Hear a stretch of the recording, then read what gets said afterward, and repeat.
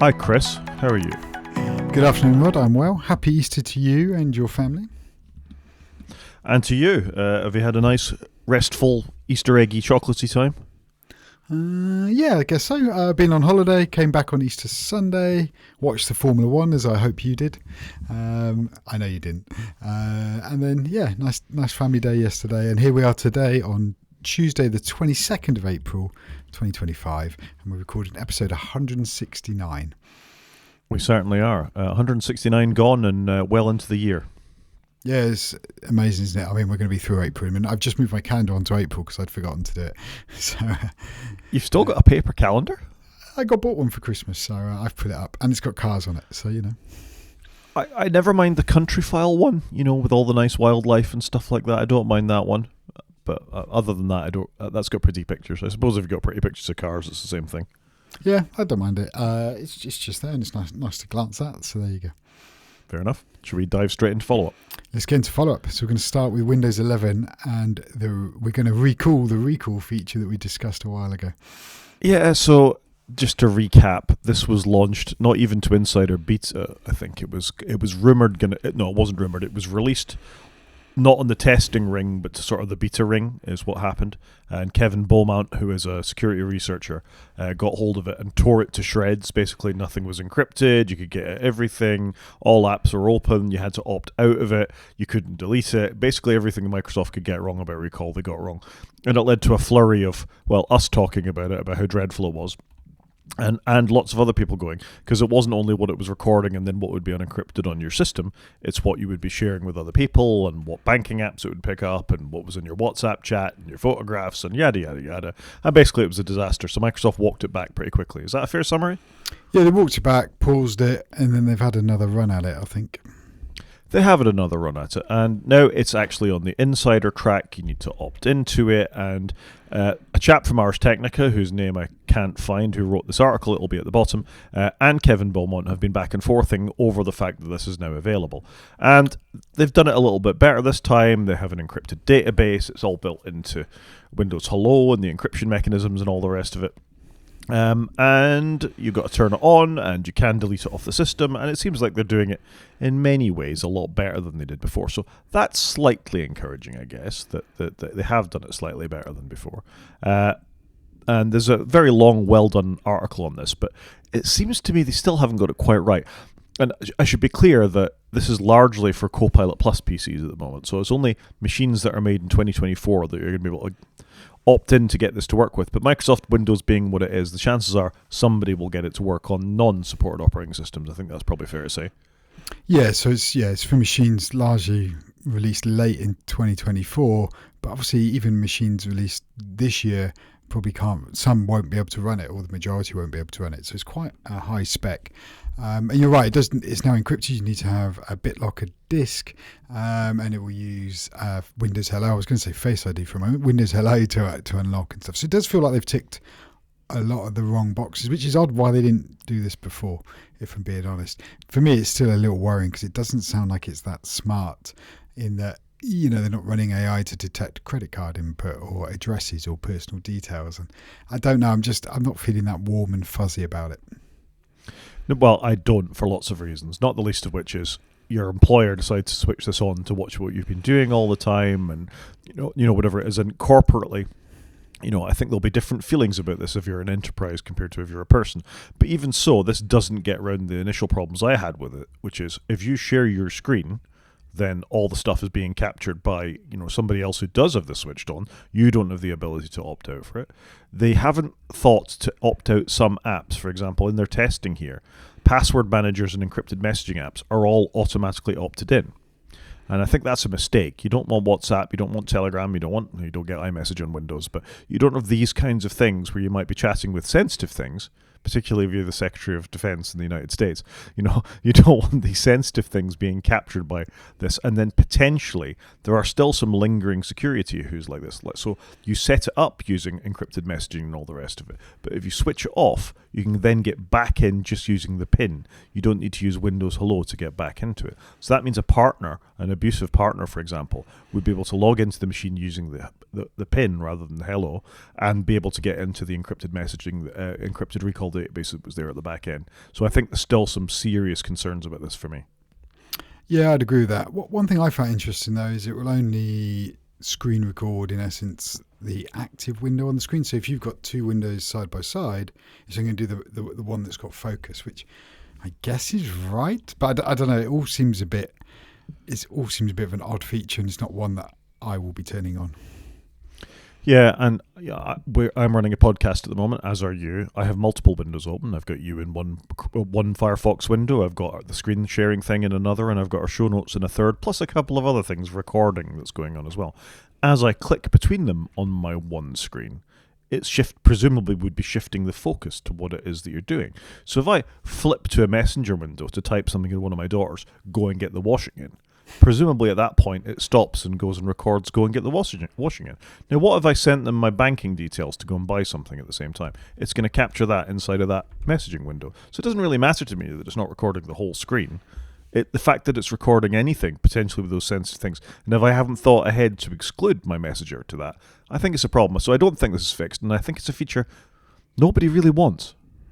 Yeah, kind of agree with you here, and definitely gamers don't want this, and like you say, employees probably don't want it, but employers might want it. So very interesting feature. It'll be interesting to see what the follow-up's going to be from The Verge. Once people have got it out in their hands, because like you say, the link we've got in the show notes is really in depth. It's actually quite a good read, and I think it's really well written.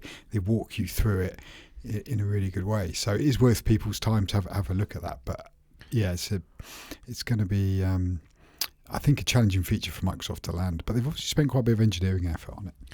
I think it's an engineer with a really good idea. Here's something we can use the AI thing for, and they've just sort of fairly unevenly inserted it. And also the fact that insert most AI features here. Yeah, that is true. And also, as I said at the top, I think the fact that this only works on Copilot Plus PCs is one thing now. But when HackerX figures out just to enable this globally on as part of the malware they install on your computer, and it's continually recording people's machines on Windows, you've got a serious problem on your hands. Yeah, I completely agree with you. Speaking of a company that has a serious problems on its hands, is Boeing. So Boeing was in all sorts of trouble because of A, the pandemic, B, the fact that their jet started crashing because they were cheaping out on their MCAS system and killing people and not admitting liability for it. I don't think it's unfair to say that, and getting away with it. And then also they had a window that fell out, didn't they? And they had a window that fell out. So the 737 MAX, I want to say it is, has been a problematic aircraft. But on top of that, Trump's tariffs have come along. And now China have decided they're sending their Boeings back, which is a hell of a thing to do. Yeah, it is quite a thing to do, isn't it? So it sounds like Boeing flew an airplane to China that they'd obviously agreed and sold before the tariffs. And then the company have then had to fly it back home again, which is not an insurmountable journey. I think it's like 5,000 kilometers. It's just insane, isn't it? It's crazy, and I don't really think Trump thought of the knock-on effects, or maybe they did, of what these tariffs would have. You've got I won't scare quote it, a great American company here who Chinese airlines are buying because they've got a massive exploding internal demand for air flight, and people now travel outside of China as well. So they've obviously got huge demand. Airbus have got orders backed up for 5 years apparently, based on how many they can produce. I presume Boeing's the same, even though with all the incidents that they've had recently. So yeah, to take this, they just need to weather the storm, don't they? And Boeing to come out the other end. Well, yeah, but how many of the parts that Boeing make are just entirely made within the United States? I bet quite a lot of bits of Boeing are flown in from other countries. Yeah, you got to imagine. I mean, surely when they sell a company in China a plane, they're sending some of those parts back to their origin. You've got to assume. Well, but avionics on these things. I mean, I know, for example, Rolls-Royce makes engines for Boeing planes. So that's a British company where components will come from bits of Europe or across the UK, America, China, who knows where all the avionics come from. It's not an entirely, even though Boeing is an American company and maybe, 70% of the plane is made in the United States, 100% of the plane isn't. So even an American company is going to have to tool up to have all these, and it's just an example really, beyond computers, which is our usual specialized subject, of the impact of these tariffs that, you can understand why China's upset about this, and you can also understand why they sent it back. Yeah, 100%.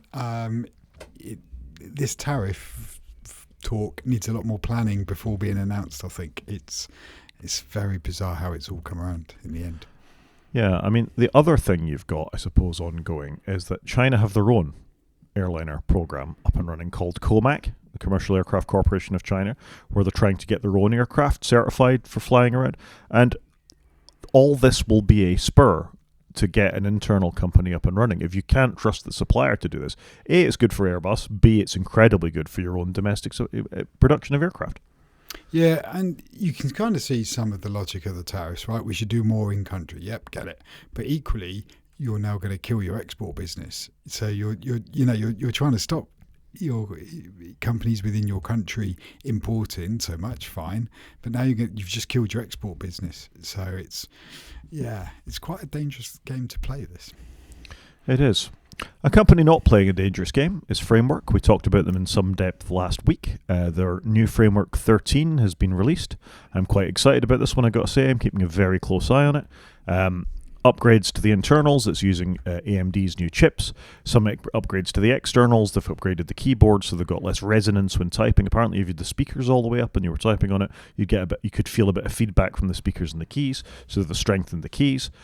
This is the third generation of computer that uses the same 13-inch chassis. So if you bought the original Framework laptop back in 2019, 2020, you can fit all these modern internals into this one and upgrade it for about 300, 400 quid, including its 120 hertz screen with, I think it's a 4K resolution at 3:9. I think this is, and the linked article is a review in The Verge of, yes, this is an expensive laptop, but actually, if you bought the original one and you want to upgrade to the latest and greatest thing, you can. Very solid laptop. Well done. I think it's cool. Again, it's a really good article, quite in depth. But it's amazing, isn't it? If you bought the original, I think they came out in 21. That's when they were a startup. But yeah, you can go and just pop a new screen on it. Like, how cool is that? And I think in the article they say, imagine if you bought an M1 MacBook Air and you could just buy the M4 component from Apple today. And yes, Apple would put markup on it, but it's surely a lot better for the environment to be able to just swap the gubbins out rather than the entire device. I would love something like this, especially in those little Mac Minis we bought. Imagine next year you could buy the M5 for £500, say. Like, that's a snip of the original price, and if the RAM and everything else still works in the chassis, it would be fantastic. Yeah, I'm totally with you on this. I don't think it's a bit unfair they've given the screen a C. I think it's a slightly unusual thing, but it's a 120 hertz high resolution screen. You've got to pay a lot of money to get a MacBook Pro with a high-resolution screen. If you buy a MacBook Air, which is a great price, we've said it before, $999 is a phenomenal price for that computer, you're only getting a 60-hertz screen at less resolution. So I think this is great. Good enough webcam, good enough microphone. None of these are getting a D. I really like the number of ugly stickers to remove. This is a big problem on Windows laptops, I'm sure. But yeah, I think this is a really solid and well done Framework for turning this in 3 years in a row and sticking to the commitment of repairable, upgradable laptops. But they're also, producing a really well-made device that you can swap the components of. I think that's a very tough game to play, isn't it? Because you can have a well-made device with fixed components, or you can have a reasonably well-made device or very well-made device with swappable components. It's quite a feat.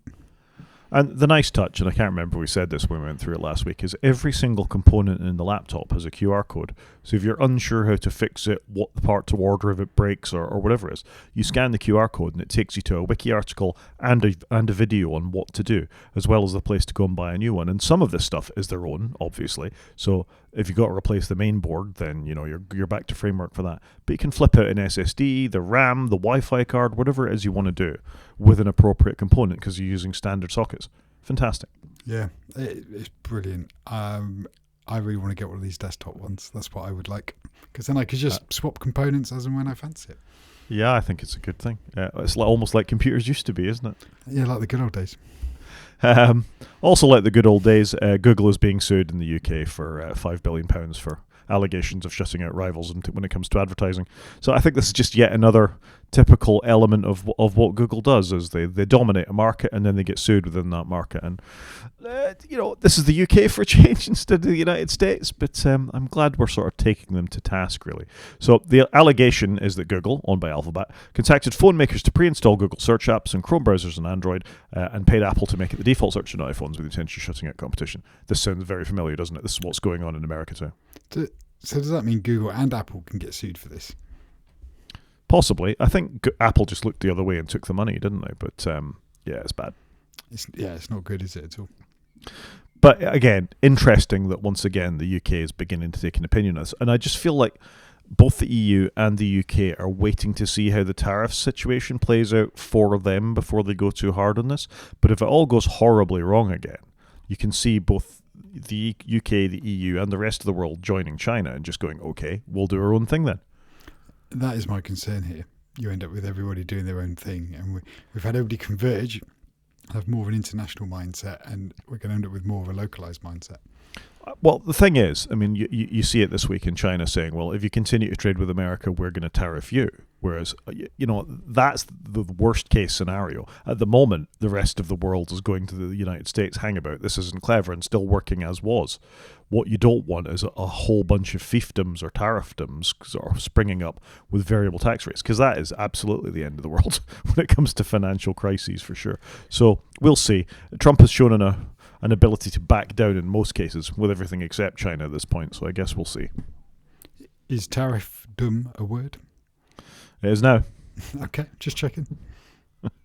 Sticking with the United States, and we talked about something like this before about the dangers of people going to visit America at the moment, and this is definitely got more of a tech angle, is the EU staff going, and this is an article in the Register from the 15th of April, is the EU staff are being given burner phones and burner laptops to the United States, so in case their devices are searched for critical posts or things that aren't meant to be on there, they can be searched at customs without it being a risk. This is just, what world is this? You can have a phone for every country. And again, we've just reached a point where you don't need to do that anymore, and you can have SIM cards and swap them in and out. But now it's the data on the device, isn't it? That's the key. So it's bonkers to me. It's quite a thing. And, it's not only the fact that the employees or the delegates of the EU are at risk, it's getting into European Union Commission systems. At the same time, if the EU systems are already running a Microsoft operating system or have a deal with Palantir or one of these companies, they're already in the systems. The horse is bolted. Yeah, that's fair. Yeah, so just a thought. And then in follow-up from last week where we talked about the problems with the funding affecting the CVE system, which is the security warning system around the world, they've actually reinstated the program, which is A, good that they've gone ahead and done this, but B, I think it's already sort of spurred the change for security researchers to set up an independent system that isn't dependent on the United States continuing to fund this. Yeah, so the funding's now been renewed for another 11 months. But I think you're right, because what happens in 11 months? What happens if they do pull it? They've given it a stay of execution. But for how long? We know we've got a minimum of 11 months, but will it carry on? And this was something that was never really questioned ever before. So I'm not surprised now that there might be an independent system to do this instead of, like you say, one reliant upon the US government. Well, we've already had a rehearsal for this, because ICANN, which is the International Commission for Names and Numbers or something like that, which hosts the registry or sets out the rules for the registry of URLs and IP addresses and all that kind of stuff, was a United States body that was spun out last year. Imagine that was still in the hands of the United States government, that we'd be having this whole discussion not only about the security of the internet, but its actual fibre and backbone as well. So these sort of one country held systems, which we never thought were at risk, are all becoming problematic. Yeah, it's yes, a problem we didn't think we were going to have in 25. Yeah, absolutely. I thought there'd be all sorts of craziness, but this really wasn't on my list of things that I thought we'd have to worry about. No. And it will be interesting. 11 months from now, are they going to renew it? Are they going to renew it? We will see. I think that's it for follow-up, unless I missed a story. Now, should we dive into the news? Let's dive into the news. So this first story kind of appeared out of nowhere. You've still got a Synology disk drive, I think. I do have a Synology. And to be fair, I usually quite like Synology. And the NAS I've got is exceptionally old. I think I'm going to say it 11 years old or something. I think it's as old as one of my kids. I bought it a long, long time ago. I don't use a lot of functionality on it, but I do use it for backing up all the machines on Time Machine. And it's just sat there churning away quietly. And I do really like Synology, and I'm a bit annoyed with them with some of this stuff. So this was a story that broke in Ars Technica this week about a change to the next generation of Synology's devices that were going to come out, where newer devices would only support Synology certified drives. So what we talk about when we talk about network attached storages, for those listeners that might not know, is basically a box of disks that sits to one side from a manufacturer such as Synology or QNAP or Unify or any of the TerraMaster or another big manufacturer of them, where you bung a bunch of disks that you've got lying around on, you get some sort of storage array set up in that in software or hardware, normally called RAID, not a normal of levels, where a disk can fail or a couple of disks can fail depending on the configuration that you set on the device. Up till now, Synologies have recommended drives from a manufacturer, but never specified that you must buy the drives from Synology, for example. It's like Gillette selling you the razor and the blades. It's the same kind of thing. And that's been quite important because you could put older disks in them, you could put disks from another system in them, or whatever. Actually changing the rules of the game so you must use Synology certified drives obviously means they can sell you drives, the box and the drives, at a much higher price. And I think this is a real problem. It is. I'm not surprised they're doing it. They're doing it from a position of strength, aren't they? They're recognised as being, a great NAS provider. But I'm a little disappointed they're doing it. But I guess in the other breath, I can see why they're doing it. It's that, consistent income that the investors will want to see. They want to see how are you going to, you've sold everybody a Synology, how are you going to carry on growing your business? And so now you need to move into the consumables of their devices. Yeah, so I think this is really bad for lots of reasons. Not only, obviously, Synology are a well-recognized brand. They don't just do consumer level or prosumer level things like the drives that we're seeing in the Ars Technical article that we're talking about, but they do enterprise level as well, where 25, 30 level RAID attached devices that sit on your network. And at the enterprise, I think that's okay. Enterprises can absorb that cost for having more expensive. Well, I say that as times have changed. Maybe they can't so much anymore. Consumers can't. Consumers have always wanted to buy the cheapest drives or buy a Western Digital thing and shuck the drive out of the cheap enclosure and put that in there. Maybe not run Red level or Iron Wolf level drives in their systems, just cheap consumer ones, and they'll cope with the failures as they go. And I think that's been reasonable. And I think a user who's sophisticated enough to know they need a NAS and what drives to put in it is comfortable with the risk for that. An enterprise may not be. An enterprise will pay extra money that they're not comfortable with the risk for putting in an unsupported drive. Synology aren't the only people in this market, and there is QNAP, there is TerraMaster, there are other people that will let you put different drives in there. There's also been the rise of consumer, or open source storage systems, such as ones I've talked about before, such as TrueNAS, and I can't remember the other one. My mind's just gone completely blank but there's a couple of these things. Your average Linux operating system, if you tell it, will run you a RAID compatible file storage based on a number of disks. So I think this is dangerous for Synology to sort of push the market like this. You find you get a lot of pushback from people when you start to make changes like this. Yeah, and will they start to lose their loyal customers? Well, I think they might. So if you think of, I'm going to put another link up that remind me to put in the show notes, Chris, or you can do it while I'm talking about it. This ability for people just to install an open source operating system on whatever hardware they've got lying around, and just make use of the drives that are there, like I say, is a growing enterprise. So this company, 4 or 5 drives, will sell you a Storinator or a smaller thing where you can just put in whatever the hell you want and install whatever software you want on it. So if you have, they're called 45 drives because I think the very first system let you put 45 drives in a system. Wow, that's a lot. That's a lot of storage, isn't it? And I think it's a 4U system that you can put as many drives into you want to. And I don't know, it costs $2,000, whatever it does for the computer with all the storage on it. But they'll let you put whatever you want in there. They'll let you install whatever operating system you want on there. And that's at the high end of this. So I really think Synology have to be careful for this. A enterprise-minded admin can buy something like this, or buy something from Dell, or buy something from Hewlett-Packard, install one of these robust, tested operating systems, like TrueNAS, or a Debian, or something on there, and actually manage their estate on that. They don't have to buy Synology. So it's really easy to lose your cash in this market. Yeah, I agree with you there. I think you're right. It is easy to lose it. It takes a long time to earn a good reputation or a brand. It doesn't take very long to flush it away. Just ask the American government. Quite. And should we move on to the first folding e-reader, which I quite like the sound of because I do. Tell us all about it. I like reading books, as we know. I've largely gone back to paper books, but I would be in the mood for a folding e-reader. But if you scroll down to the bottom, actually, we cover the highlights. So this is a Chinese company making this, and it does look good. But if you look at that last picture there, it looks a bit chunky. So it's an e-ink screen. It folds like a book, and you could have it in essence like a paperback, so you can see 2 pages at once, and it's the size of a paperback. So I kind of get where they're going with it. So it's got an 8-inch screen on it. I don't know. I think this is the future, hopefully, but are we going to end up with devices with folding screens for the sake of a folding screen?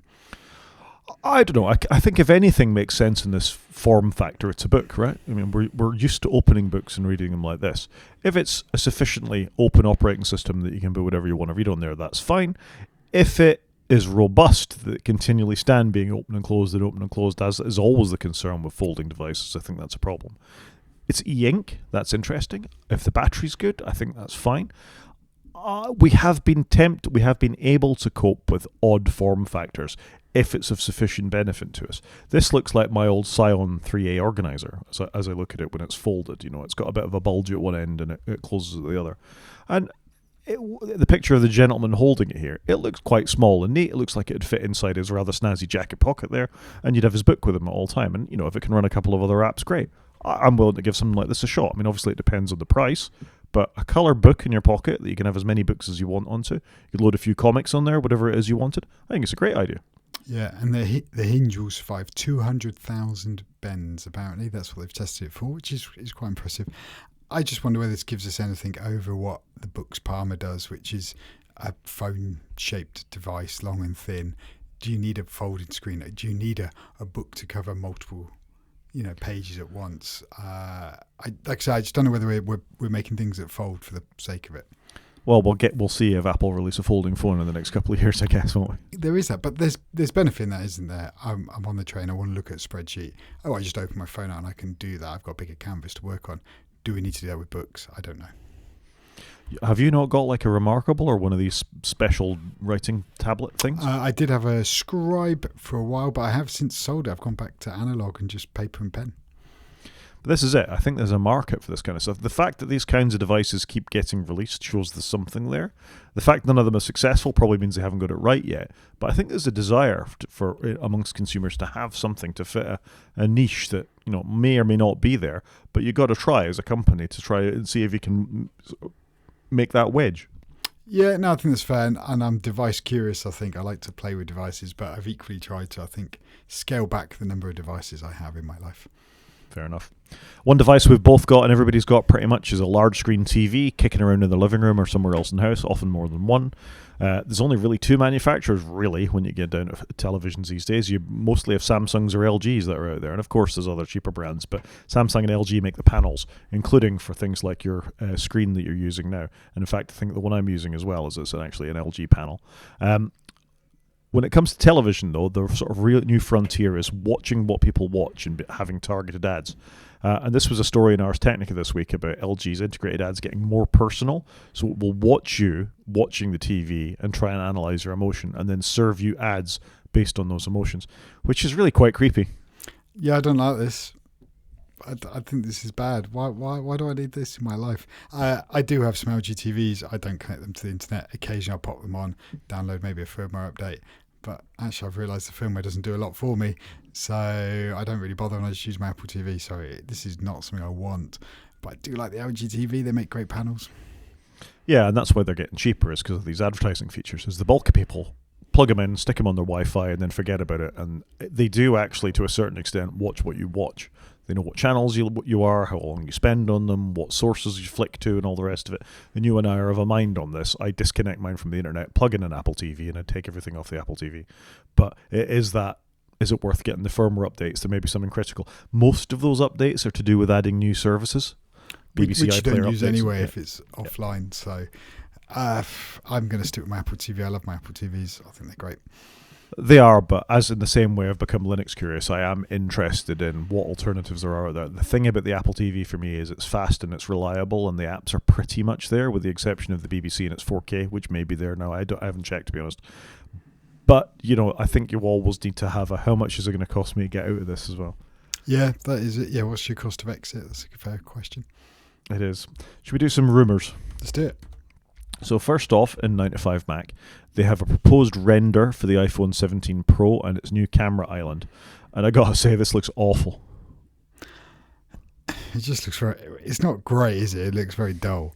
But it does feel, and I do wonder whether So what the rumour is that on the new range of phones, the Pro phones, rather than the camera be a square sort of box in the corner, it's now going to be an elongated, square. It's going to be a rectangle across the whole back, and it looks like on this pass for this year they don't really need that big bulge. It's not doing anything on the back. Maybe it's got gubbins inside it that we're not seeing, and it's giving them more internal space, but it doesn't look like it's serving any purpose. The one thing it will do means your phone will be balanced, but I wonder if this is a longer term play, that they're warming us up this year by giving us this massive rectangle of a lump on the back, and then next year we'll have more stuff inside it. I don't know. I mean, the criticism of the 3-camera layout on yours and mine's on the current generation phones is it looked like a cooking hob, right? They look like rings on your hob, slightly in the wrong way, and Chris is holding his up, and I can do the same thing. It looks like your hob. But also the phone, if you don't have a case and you just put it on the desk, it's unbalanced, which I hate. Yep, I hate it too. And they're not doing this just to do that. Why, if you're going to do this, wouldn't you spread the lenses out? Because then you could have 2 of your lenses on one side of the other, and you'd be able to capture spatial video more impressively than having the 2 spatial lenses one above the other.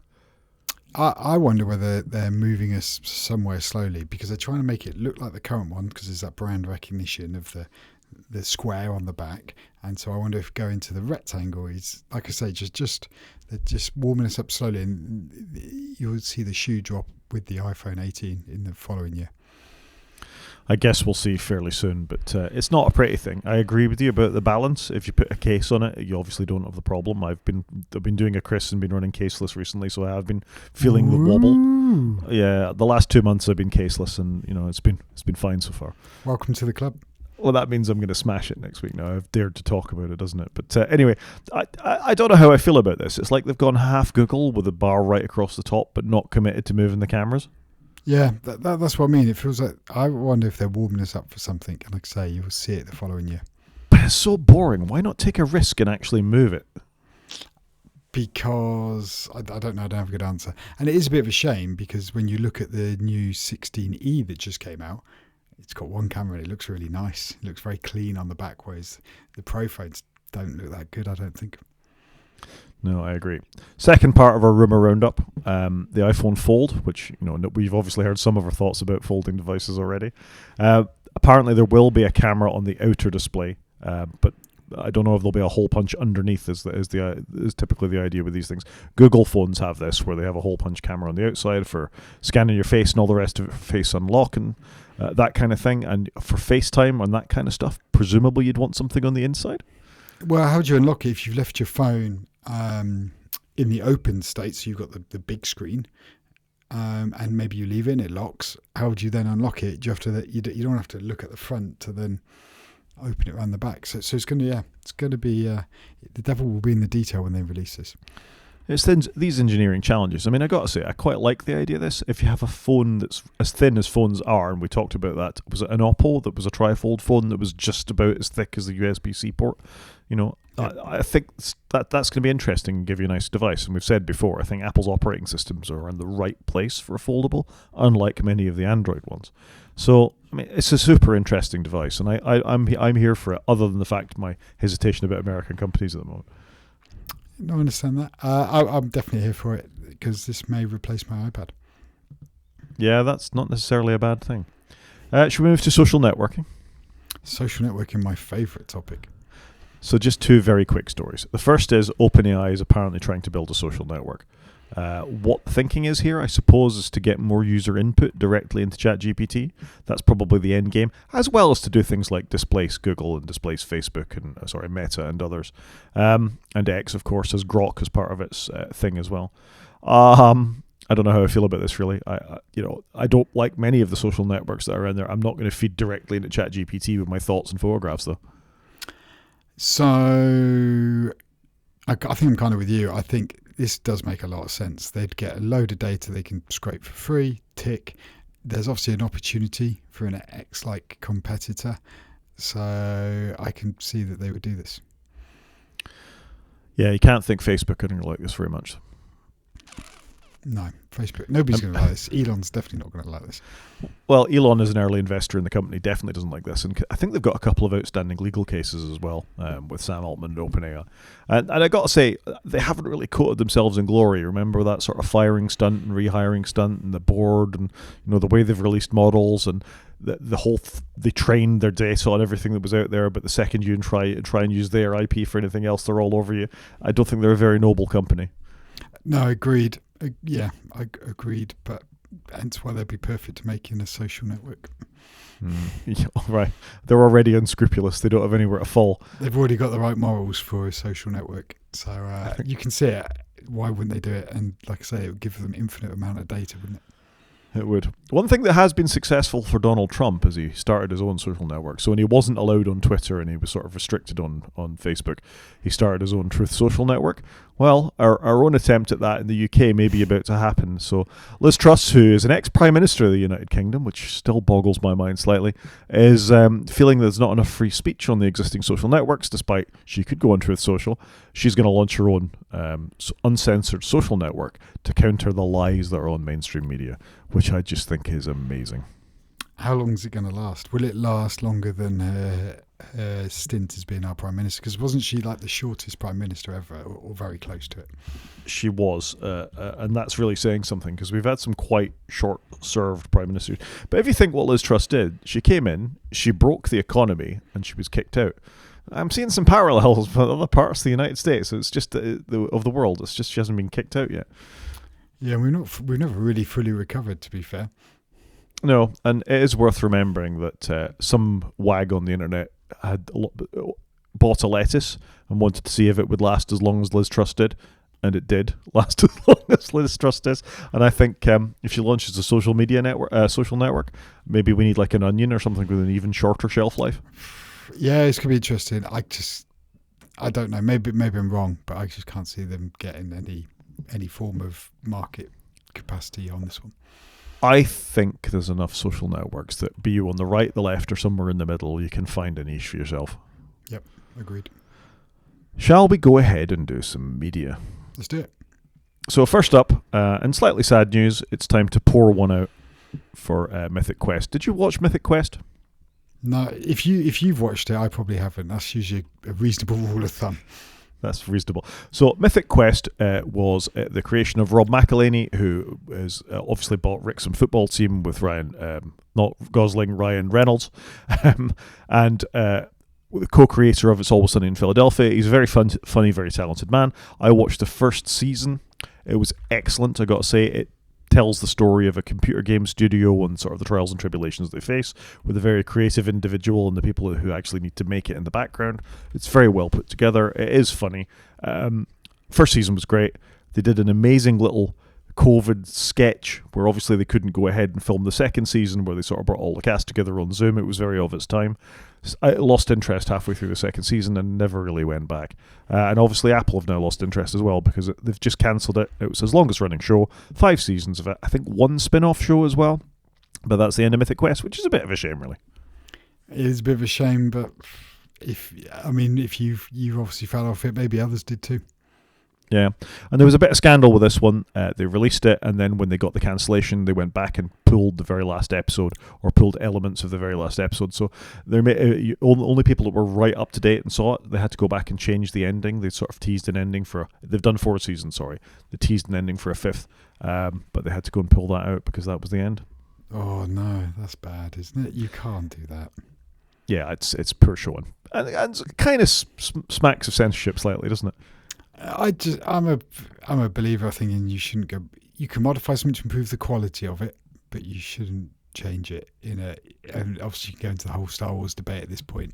And it's the same with Heat by Michael Mann. For some reason, he took like a couple of lines from Al Pacino out that weren't really massive or controversial, but yet seemingly when he did a 4K version of it, changed it slightly. And I was like, well, you should just leave it alone. You've done it. It should be the work that won the awards when it came out, not the work you've then modified afterwards. Yeah, I agree with you. One thing we also agree on is I think we both like a bit of Race Across the World, yeah? Oh, yeah, I can't wait. Tomorrow night, isn't it? Tomorrow night. So this is the show from the BBC where they release a bunch of competitors in one part of the world and tell them to get to another part of the world without flying using mobile phones or credit cards.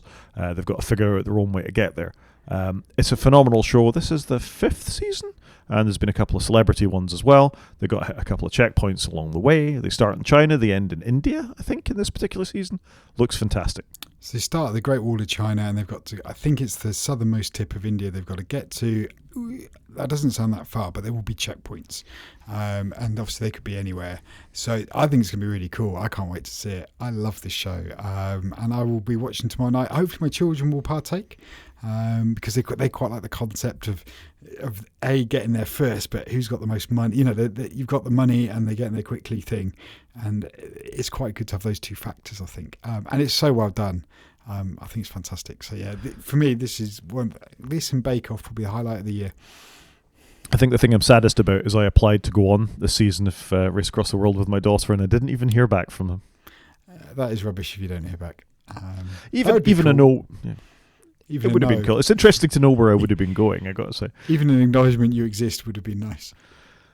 I don't really exist. We're all fictions of the internet, I think. But yeah, I'm excited too. Can't wait for it to come back. Another thing I can't wait to come back is we've had the news that Taskmaster Series 19, we knew who the competitors were. We didn't know when it was coming. It's coming back on the 1st of May. New Taskmaster. Yay. Yeah, spooky you put this in the show notes, because only the other day I was thinking, I haven't seen Taskmaster for ages. Have I missed something? I haven't missed anything. Here it comes. Perfect. Yep. 4 British comedians and 1 American, and the American's a really funny guy whose name I can't get right. Jason Mantzoukas, I can never say it properly, I'm sure, who was in Brooklyn Nine-Nine. He was in The Good Place. He's been in a bunch of stuff. He's a really funny guy, and apparently likes the show so much he paid for his own airfare to come and be here. That's good. Like, fair play. Fair play. He's a fan. Do you want to tell us about Clarkson's Farm? There's not a lot to say because they haven't released a trailer, but season 4 of Clarkson's Farm's coming on the 23rd of May. Boom. So the next month's looking quite good. Yeah, there's quite a lot of decent media coming, isn't there? Yeah, no, it's all right, isn't it? And these are the shows I like the most, I think, that they're coming. So, and for me, they're ones I watch with my kids, and they're probably shows I enjoy the most because it means, you know, you watch something together, whereas there's a lot of TV I watch and it's largely just me or me and my wife. So it's nice to have a family show. It is, and it's a good one, and it's no holds barred Clarkson's Farm, isn't it? They go into the nuts and bolts of farming. It is quite a hard watch with your family sometimes when they've got vets and animals, and there's a lot of swearing and some gore.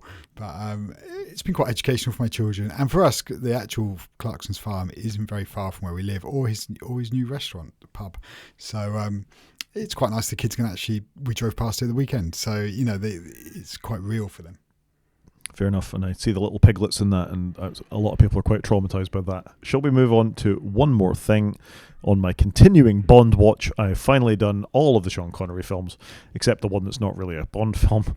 Diamonds Are Forever, released 1971. Bond moves to the 70s. He's definite change in style for this. It's really interesting watching them from the 60s into the 70s. You actually see the change in the years as it goes by. You obviously see the change in Sean Connery as he ages a little bit. But to get out, I think this is the 6th film in that space of time, starting in 1962, whenever they started, is really quite something. Yeah, we should have done we should have watched these at the same time maybe, so we could have discussed them a little bit more. It's my fault. I'm a bit behind with everything at the moment. I love this, and I love the theme tune to this one as well.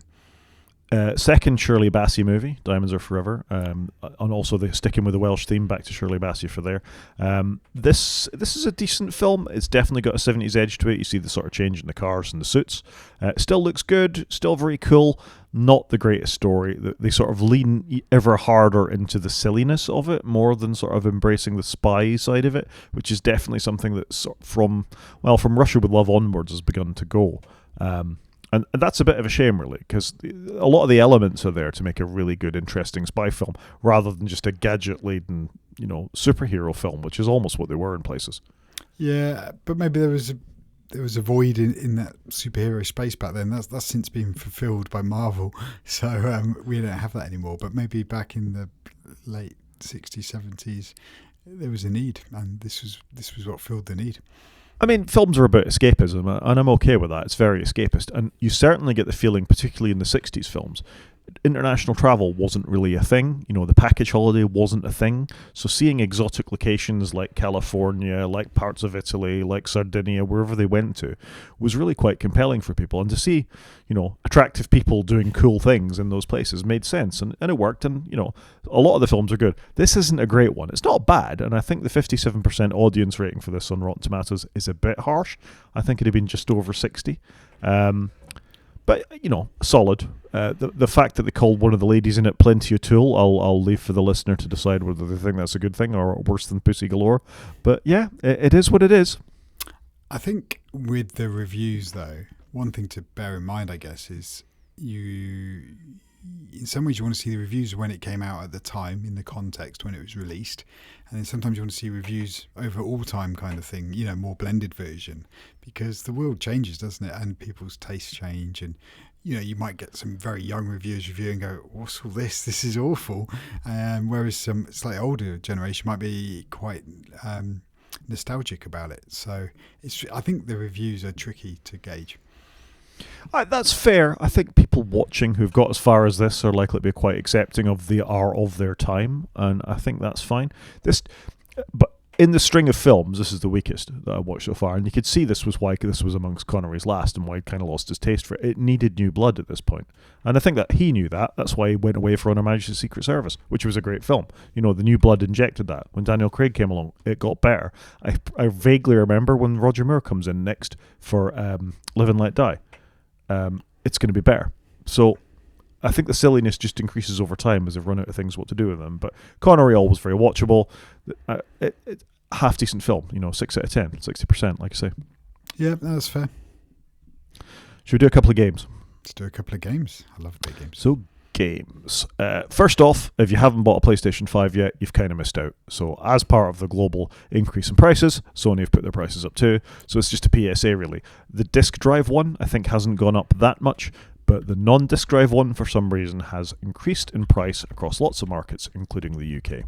So just to be aware, PlayStation 5 more expensive now. Everything's more expensive. That's all. That's it, really, isn't it? Everything's just more expensive. Yeah, I suppose that is true, but it is what it is. You and I both have PlayStation 5s. I use my PlayStation 5 a fair bit. If it broke, I'd buy another one. It's one of those rare things that I don't have to think about it that hard. I use it enough that I'd buy another. It's been a great console. The controllers are a bit fragile. The games are high quality though, and I've enjoyed it. The subscription service is good enough. I think it's fine. Yeah, I'd agree with that. It's a great console. It's a shame it's going up. I'm not that surprised in one way, because with the Switch 2 coming out, as we've all seen, it's going to retail about £400. It makes it more expensive than a PS5, which is quite interesting. Yeah, I mean, that is quite a thing, isn't it? You think of the graphical power of the PlayStation 5 compared to the Switch. Yep. Even just the original PlayStation 5 will be way more powerful graphically than the Switch. Yeah, so a PlayStation 5 on Amazon, as of today's recording, is £385 for the slim version. And how much is a Switch? 400 and something? It's about £400 without a game. So just slightly more. Yeah. I guess it depends what you're in for. You're going to have a better graphical time, even than a Switch 2, I'd hasten to say, with a PS5. For me, it's a great console. I'd buy one of these before I bought an Xbox. I completely agree. Even though I've got an Xbox. Let's move on to something else quickly. This caught my eye this week. I'm a big fan of XCOM. I've talked about that repeatedly on this podcast. I like its real-time strategy. Make a move, the enemy moves. You've got goals to achieve within that. In the XCOM universe, which goes back to the early days of computer games with the Glossop brothers in the early 80s in the United Kingdom, who made the original XCOM way back in the day. And Firaxis, which is Sid Meier's company, took it over. Also the people that make Civilization. I've enjoyed XCOM and XCOM 2, the sort of reborn versions of them. This is a launch in the Star Wars universe, really. with very much the same sort of feel as an XCOM game. So there's hero characters, there looks to be a Jedi, there looks to be a Mandalorian, stuff like that, and it's got the same sort of cover-based shooting thing they show at the end of the trailer for the viewers of YouTube here at the end. I'm all over this. I like the Star Wars universe. I like a bit of XCOM. Star Wars Zero Company looks right up my street in the same way you saw Commandos and thought that's for me, which, by the way, you should update us on. But is this in your wheelhouse or no interest at all? Not overly, if I'm being honest. It looks fantastic. I struggle to keep up with Star Wars because there's so many different games made by so many different developers, which isn't always a bad thing. But no, not overly. I just haven't got the brain sometimes for the turn-based games. And I know I've bought Civ recently, which I do like, but it's just not my preferred way of playing. Surely Command and Conquer is a turn-based game in a certain sense, except it can't pause it, you know? Yeah, I've just never been a big turn-based person. That's all. But this is the same as Commandos as well. I mean, it's the same concept as Commandos. Hide behind this, do that thing. Yeah, but you got to think about the moves that you could do and then what the computer might do back. Whereas, so that's exactly the same as this. It's more real time, though, isn't it? It's just not something that's obviously World War II, sneaky. That's the only difference. Yeah, true. I don't know why. I like a bit of XCOM every now and again, but I'm nowhere near into it like you are. Fair enough. Moving on to something else that I'm interested in, but I don't think it's really for me. Marathon is a game that originally came to the Mac in the early 90s, I think it was the original Marathon, maybe a little before that. It was one of the first first-person shooters in the mold of Doom and others. The difference between it and Doom was it was set in a space station and you could look up and down, which you couldn't do in the original Doom. Bungie went on to make some games people might have heard of, like Halo and like Destiny. Yeah, I was about to say Destiny, neither of which... I've played original Halo, but I've never played Destiny. But this, probably not my game either, it's a multiplayer game. But I wish there was a solo campaign. It looks amazing. Yeah, I mean, it's definitely got a look. It makes me think of Wipeout with that sort of style for the graphics, for the racing ships and everything that's sort of within that. And I'll flick through it just with the characters and the graphics and the sort of all the effects that are put on it. A very sort of cel-shaded looking look to the graphics. This is a survival extraction game where you've got a mission, you go in with your team. There may be other players in the environment. I think they call that PvP, as well as hostile bots. That's PvE, player versus environment. 4 of you go in. You might have to deal with other teams. You might have to deal with hostile things there. But the idea is you rescue stuff and you take the loot out. And that's all we know about it so far. But I think this looks really good. It looks really stylish. I don't know if this will be free to play with loot packs and season passes like a lot of these things are. We have to see. But it looks really compelling. It's certainly got a style of its own. Yeah, it's definitely got that. It's a very unique look, isn't it? But I think it looks awesome. Yeah, so I'm keeping an interested eye on this one. Enters limited beta testing this month. Oh, okay. I bought a game, and then I discovered I'd been given it on the been given it on my PlayStation network as well. Well done. No, so you've got it twice then. I've got it twice, and I don't like it either time. So this has annoyed me slightly. I read an article on The Verge by a reviewer that I trust about this game called Blueprints. Which is, he described it as an architecture simulator, but like Balatro. And I'm a big Balatro fan. Yep. You've never mentioned it. Well, I don't mention it much, with the sort of roguelike elements like Slay the Spire. So I thought, I don't even need to think about this very hard. Reviewer I like, plus 2 games I love. This is an insta-buy. So I insta-bought it, fired it up on my Steam Deck, and I thought, I don't like this very much. I don't like the mechanic. The puzzle is too simple. And I don't like the pun, now I think about it. It's an architecture simulator. It's called Blueprints. Yeah, okay. Blueprints. Right. Very good, very good. Ahaha. And that level of humour is like the game. Maybe I'm just missing it. But I tried it again on the PlayStation this morning, and I don't like it. 92% on Metacritic, 7.7 from critics. I don't think it's as clever as it thinks it is. It's obviously not for you. It's a shame. I will give it one more go out of interest, but I haven't had a good streak recently with my games. Civilization wasn't very good and hasn't captured my attention. This isn't very good and isn't going to capture my attention, and I feel that's a shame. I think it is hard to find something that you like. It's a challenge, I think, especially a new thing. Oh well, hopefully that Star Wars Zero Company will be pretty good. Do you want to tell us about Mario Kart World? Yeah, so I just put a link in to a video. I'm loving Nintendo at the moment. They're dropping lots of little bits of media and I think it's really smart. This is a video just about Mario Kart World and all the new stuff you're getting, the courses, the characters, the items, power-up skills, etc. It's just brilliant. They're just doing a really good job of just dropping that little bit more of detail. And I've said to you before, I wish Apple would do this when they release devices.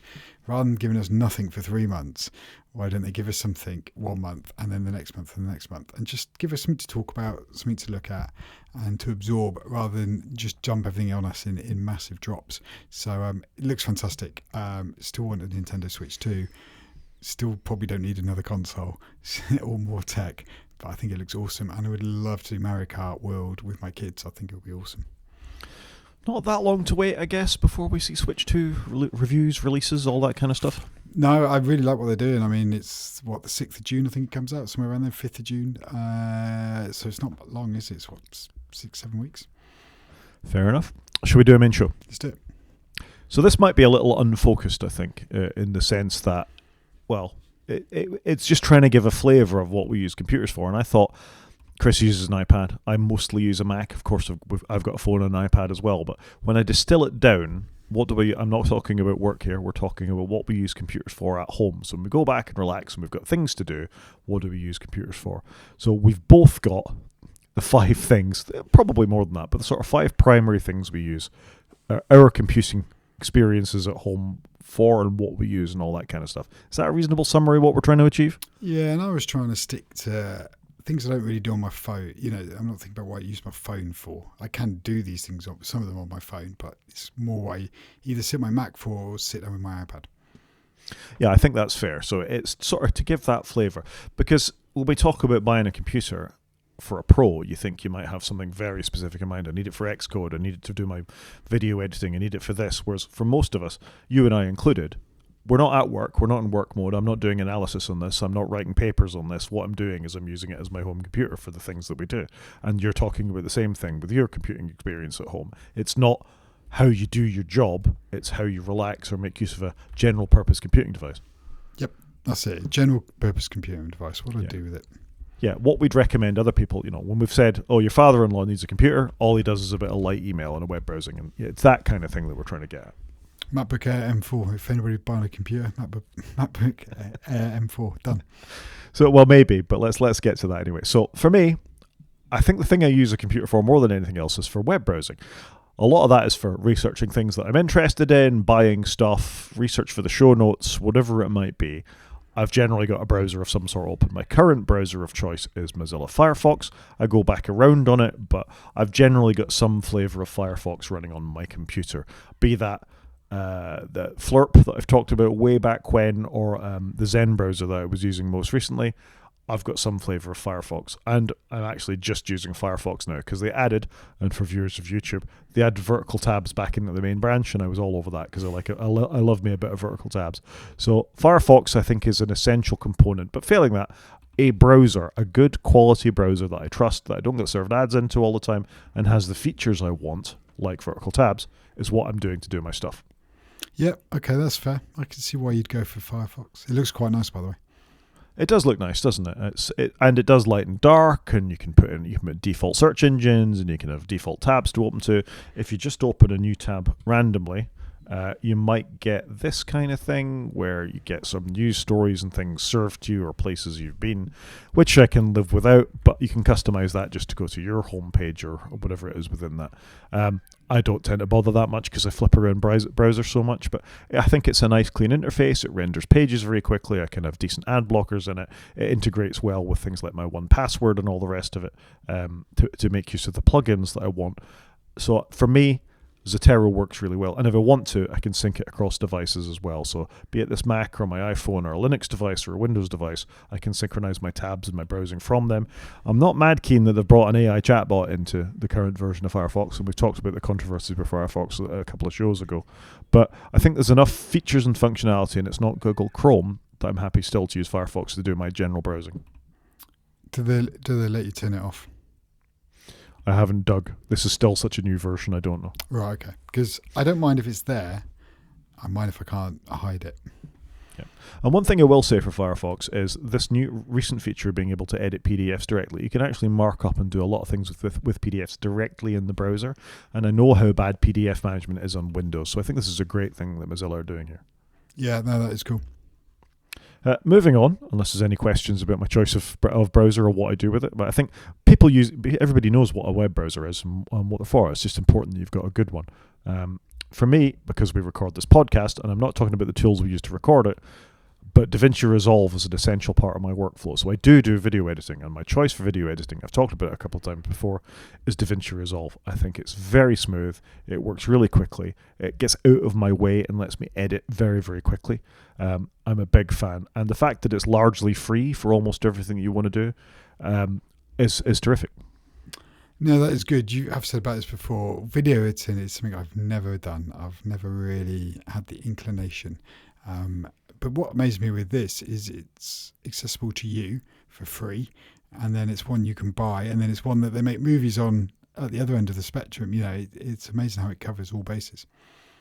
Yeah, I mean, it's a super professional tool, and it's not a lot of money to buy the professional thing. And I've said before, Blackmagic, who are an Australian company who make this, sell you editing desks and cameras and all sorts of other things that go with it. But the tool that sits in the middle, DaVinci Resolve, to do the editing, is just a super slick piece of software. And I have used other video editing tools. I've used iMovie, I've used Final Cut Pro.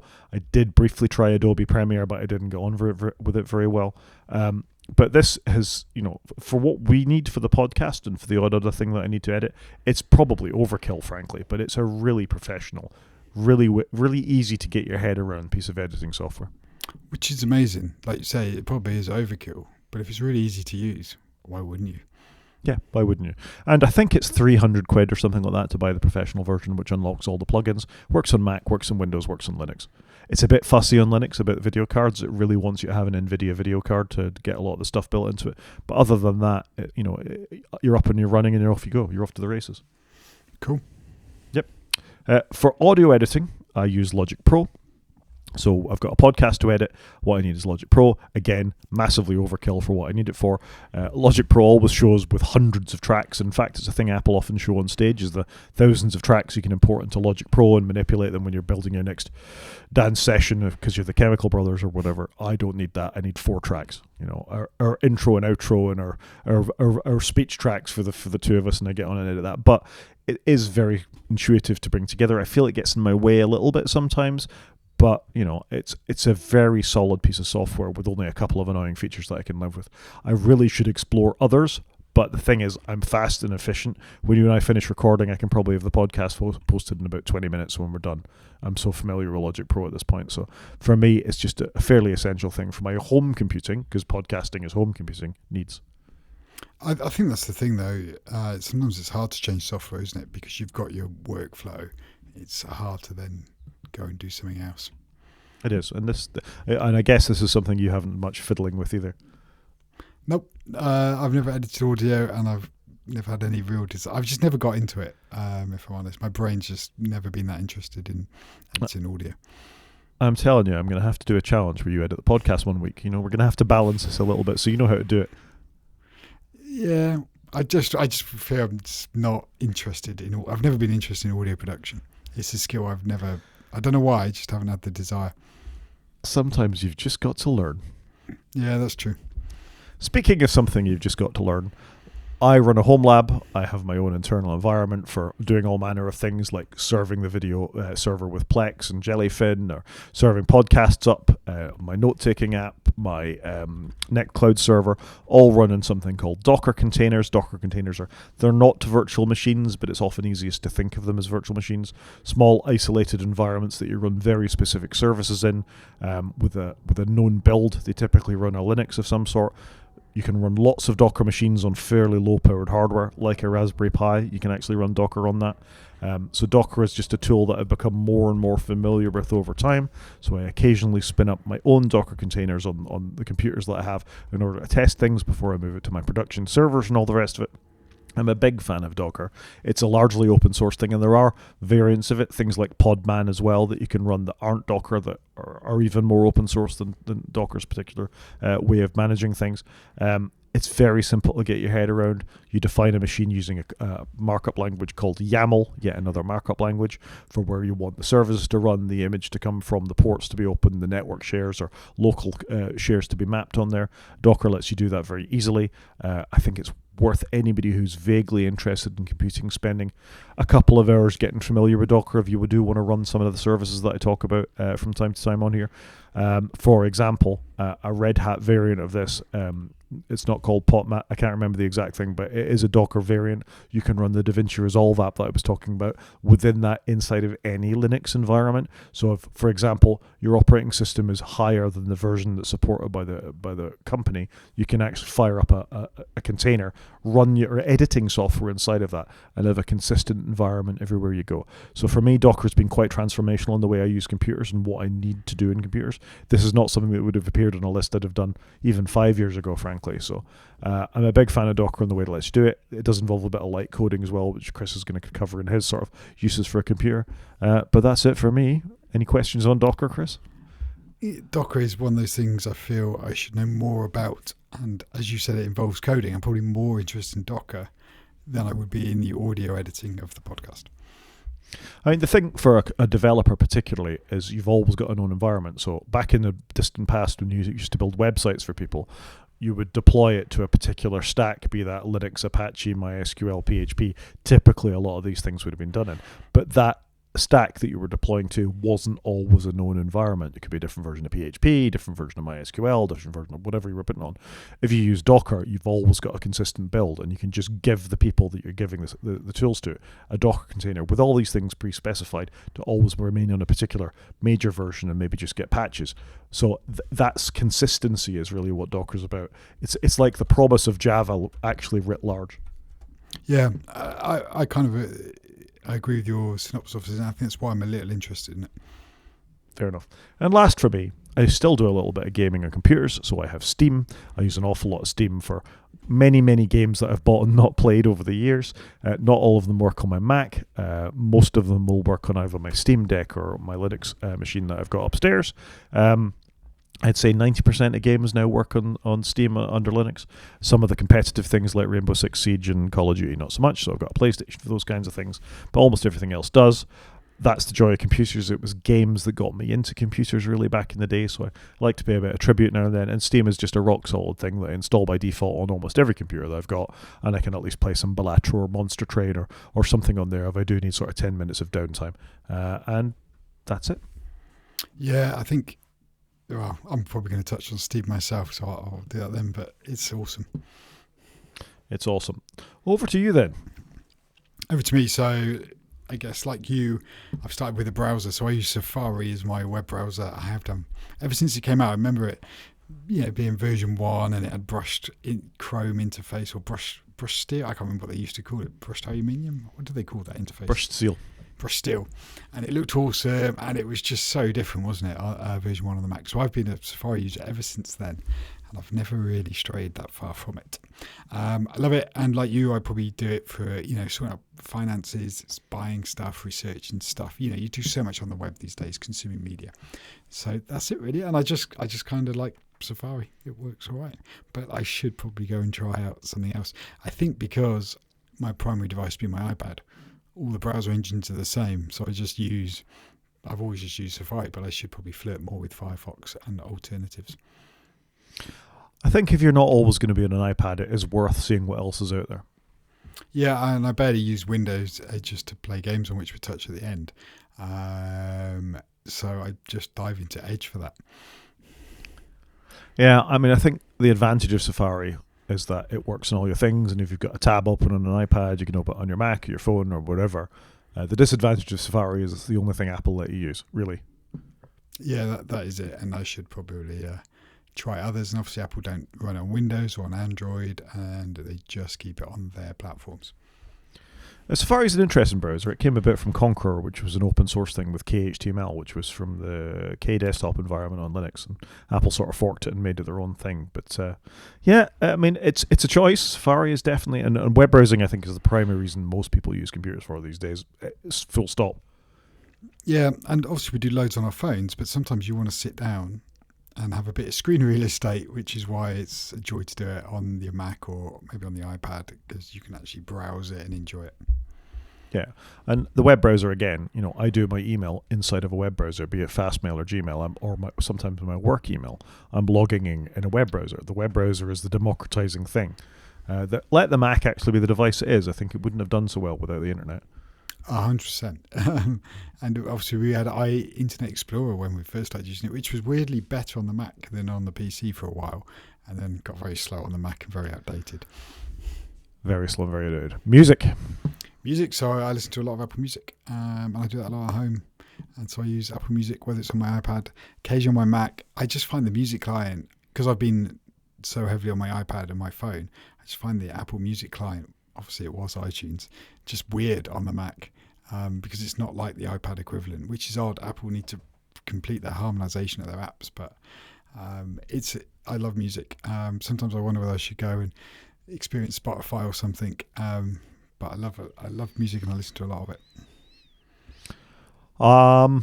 This is an odd choice. I use Apple Music in the sense that it goes to my Sonos, or I'll play it when I'm in the car.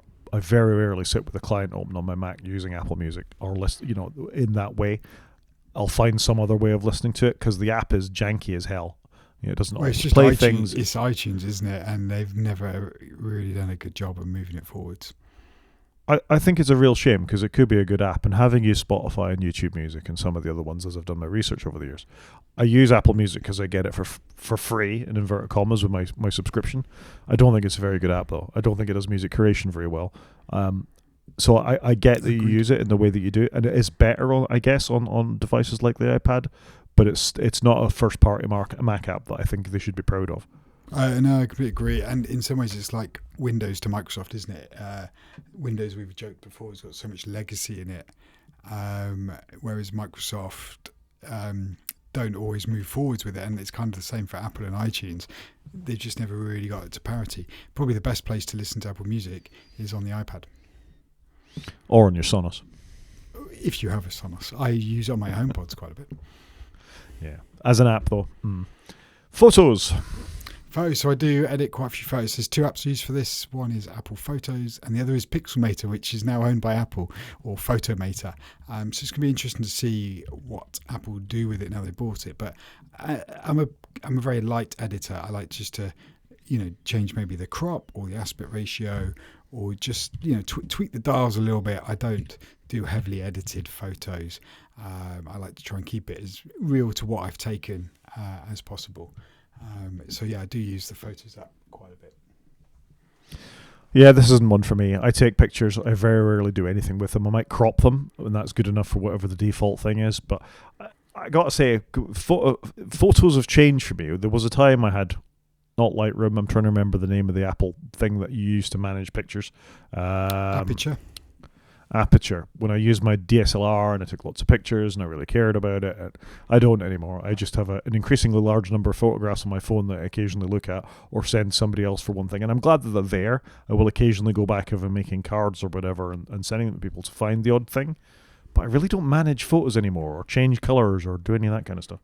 I do a little bit, and I upload some to Glass. We've spoken about Glass before, a photo upload service where I share photos with people that I don't know, but I just tweak a few. I don't tweak all of them. I'm just a few, because I think we live in a world where it's impossible to maintain all your photos these days.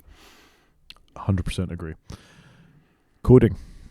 So next up, I'd like to fiddle in Xcode. I would love to be able to build an app and release an app. That's a dream, and I should really spend some time doing it rather than just come up with an idea, mess around with it, get so far and then abandon it. But I like just fiddling with code, and I think Apple have done an amazing job of making it possible to deliver an app quite quickly, and they provide some really good tools. I know they're mixed, but I do enjoy it. Yeah, I think I disagree. I think you use Xcode because you have to use Xcode because it's the thing that comes with the platform if you want to build apps for iOS and iPadOS. Xcode used to be a great app. It was lean. It gave you help as you typed. It would give you coding hints and all the rest of it. As they've tried to build AI stuff into it, it's got baggier and slower and worse. And actual management of how you deploy code from Xcode to the App Store, is incredibly complicated. You not only need to know how to do Swift UI in Swift, you need to know how to manage certificates, you need to know how to do the testing, you need to know what profiles to tick on the various devices. I don't think it's a seamless experience. I think it's incredibly difficult and only getting harder. So the code itself is one thing, and you can code in anything. You can code in Windows Notepad, for goodness sake. And Xcode should be a better IDE than it is. It requires too much computing power. All the stuff that they've said is going to make it better hasn't. And actually, I understood it for a while. I could deploy apps to the App Store for testing and things like that because I've done it. Whereas now I open it and I'm just intimidated by all the bells and whistles and tweaks. And let's face it, I was never the best at this stuff anyway. I could just about manage the debugger. I was more of a person that just put line breaks in and see how far my code got than actually analyzing. I'm sure if you're Marco Arment or somebody who really knows or underscore, you understand the ins and outs of Xcode, but I find it a vastly intimidating app that's just too slow, even on modern Macs. It is intimidating. I can do the bare basics with it, and that's why I would love to know more. But I do often sit down at my Mac just to have a little noodle about and play with it. But I'd love to be able to do more with it. Yeah, and just on that, and I don't think we've got time to go into the show because we're going to run along otherwise, is that there was a post on Mastodon this week by an Apple developer, Coco Frog, saying that submitting your log files as part of eReader were going to be subject to AI. And I don't like this. I understand why they're doing it. They're teaching and improving their coding system. But agreeing that all your stuff is going to end up in Apple Intelligence as a consequence of trying to get them to fix a bug or understand what's going on with your code, I think is a serious kind of another breach of trust between developers and Apple. I would concur with that statement entirely. So I won't go into it in detail. I just think it's an interesting thing. But you're right, though. It's like with OpenAI building a model, isn't it? If they build their own social media platform, they will just consume all that data. Apple could do the same, but what you don't know with Apple, are they just trying to teach a debugger, or are they going to do other things with what you're sending them? Yeah, that's a concern. Flick it back to you for gaming, and before I let you talk about it, I've just noticed that the game we featured a couple of weeks back, Tempest Rising, is now available. Ooh. So yeah, back to me. Tempest Rising is something I do need to take a look at. You've recommended it, and so has a colleague. I do a little bit of gaming, probably more in the last 12 months than I ever have, because my kids have come of age and they're gaming a little bit more, and they like it even if we all just sit in the same room and play our own games, but we're just together and talking and engaging. And I do a little bit of that on my PC. So I play Civ, which I can play on my Mac, which is nice, Civ 7, which I've not played a huge amount of. I've recently bought Commandos, as you know, and I've done all that on Steam, and I quite like Steam. I think it's great. There's so much there. It's kind of the catalogue for most people to start with, I think. And I do a little bit of Blizzard with Battle.net. And as we talked about just a couple of weeks ago, they've now brought out remasters of Warcraft 1 and 2. And again, I think they've maintained it well, and they provide a nice app for all their games and their properties. And it's quite well done, to be fair to them. So they're probably my two biggest places I go if I fancy a little game. I think they're great apps. And normally there's a sale on, so you can pick stuff up at a reasonable price. Yeah, I wouldn't go to Blizzard anymore. I have the app for Call of Duty, but then when they released it on Steam anyway, why would you go to Call of Duty, Blizzard's own store to get it, It's just for World of Warcraft is the only reason. Warcraft remasters and StarCraft. I've had them in there for years, and so that's the only reason I go there. Fair enough, I guess. Overwatch 2 is quite a popular game as well, but I played the original Overwatch, but Overwatch 2 didn't do it for me. Never played it. Never played it. You don't like your competitive gaming. Shall we do an app of the week? Yeah, let's do it. So app of the week for me, I've been noodling with Linux a bit more. I needed a Mastodon app, so here's an open source one because it's on Linux, so of course it is. Not all apps in Linux are open source. Anyway, this is called Tuba. If you want to go and check out your Mastodon feed while you're using Linux, it's a Flatpak, so you're able to download it and run it on any version of Linux. It's not a specific thing that requires APT or RPMs for, so you can just download a Flatpak and execute it. You can get it on FlatHub, and it gives you a nice, consistent experience for making use of Mastodon on Linux. Very simple, very straightforward, works well. Mastodon on Linux, perfect. Two open platforms. Absolutely. Can only win with that, can't you? Agreed. App of the week, thing of the week. Thing of the week for me is a book. I've gone with All That Glitters. This was a bit of a punt at the airport. I've been away all week, so I've not really watched any media, but I have read. I read a lot on holiday, and I bought this book, All That Glitters, which I read one sentence about in a newspaper, and it sounded interesting, and it's actually a true story. I wasn't sure to begin with. Is it a story, or is it fiction or real? But it's based on real life, and it's about two guys in the art world. They go to college together. They do some deals. One of them becomes this amazing art seller and broker, and the other guy he does okay in life, but he's just going through the motions of life. And it's just quite interesting how the story concludes with various bits. I don't want to spoil it for anybody, but just a really good book, and I absolutely breezed through it in about 3 days because it's about 300 pages. It was just really well written, very engrossing and engaging, and yeah, just really enjoyed it. And it's won various awards, and I would recommend it. And it's on sale at the moment, even better. But just a really good book, well written, and it wasn't too wordy. 300 pages is a good number for to get your point over at a good story, and a good wrap up at the end. So yeah, I would recommend this. Like, very interesting insight into the art world, which I know not a lot about, if I'm being honest. I know nothing about that. I can't comment. Glad you enjoyed the book.